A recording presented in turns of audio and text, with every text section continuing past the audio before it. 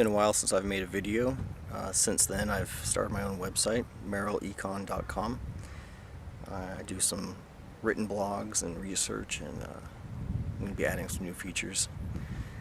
So I thought I would combine my YouTube account with my new website. Some of the things I want to talk about today are how America exports its inflation and what this means.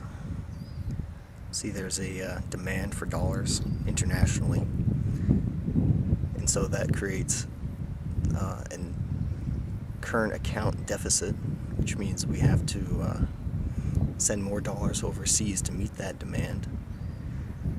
Now, when other countries have these dollars, there's a few things they can do with it. They can turn around and buy goods and services in America. They can buy other commodities such as oil that are priced in dollars.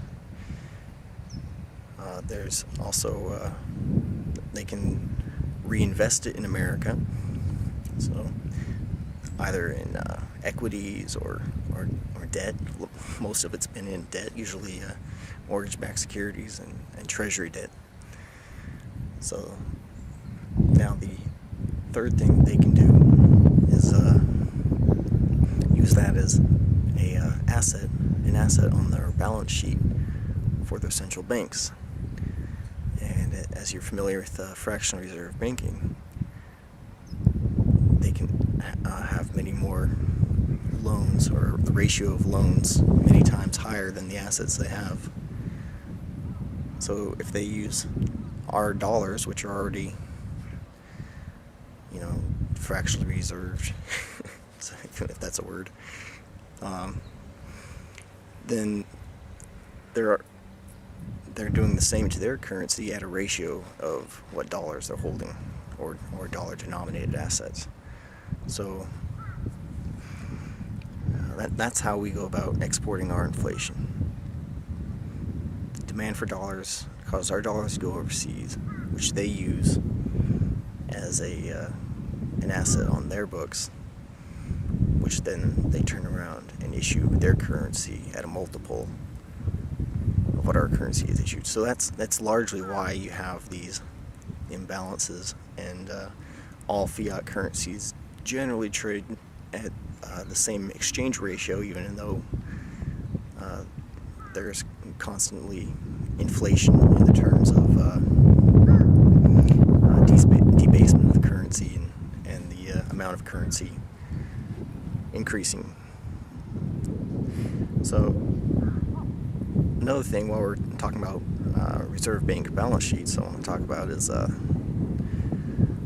Fed has bought over $1.5 trillion worth of mortgage-backed securities. Now, there's some speculation of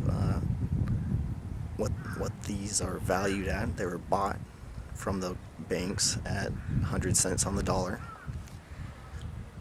Now, if they're so toxic, obviously they're not worth that much. Now, what implication this has that I don't see a lot of people discussing is that this is a highly inflationary policy. It won't be immediately, but as these loans mature, the true amount that the Fed gets back and the difference between what they paid for it will be newly created high-powered money. So what this means is that if the Fed paid $1.5 trillion, and let's say they only get half of their principal back and interest, then that's $750 billion of newly created base money that can't as easily be sucked back in. A $750 billion increase in the base money supply could create up to $7.5 trillion, which is almost doubling the money supply. So just off of this alone would create very high inflation. These mortgages,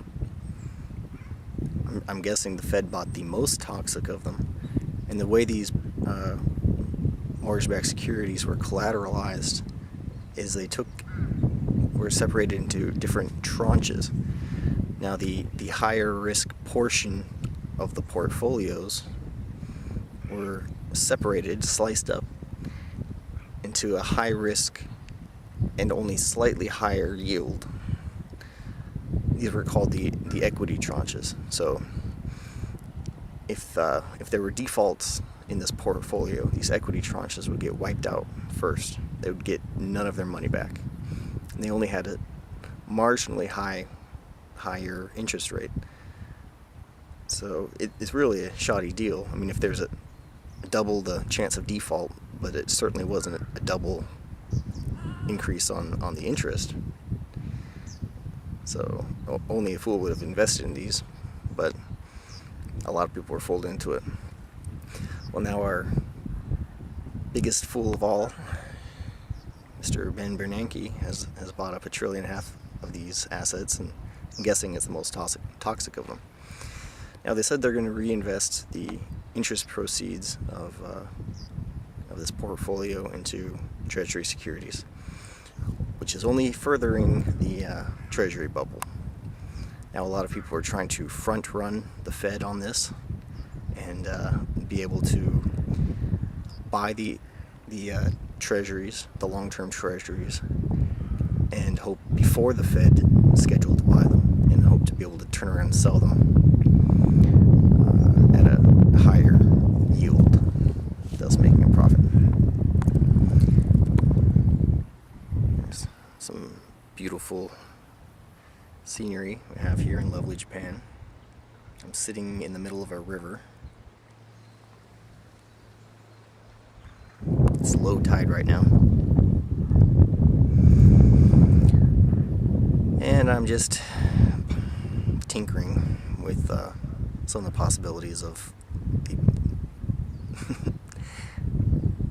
policies of our Federal Reserve and Central Bank. So, hope you enjoyed this video. Rate it, even if you hate it. Thank you.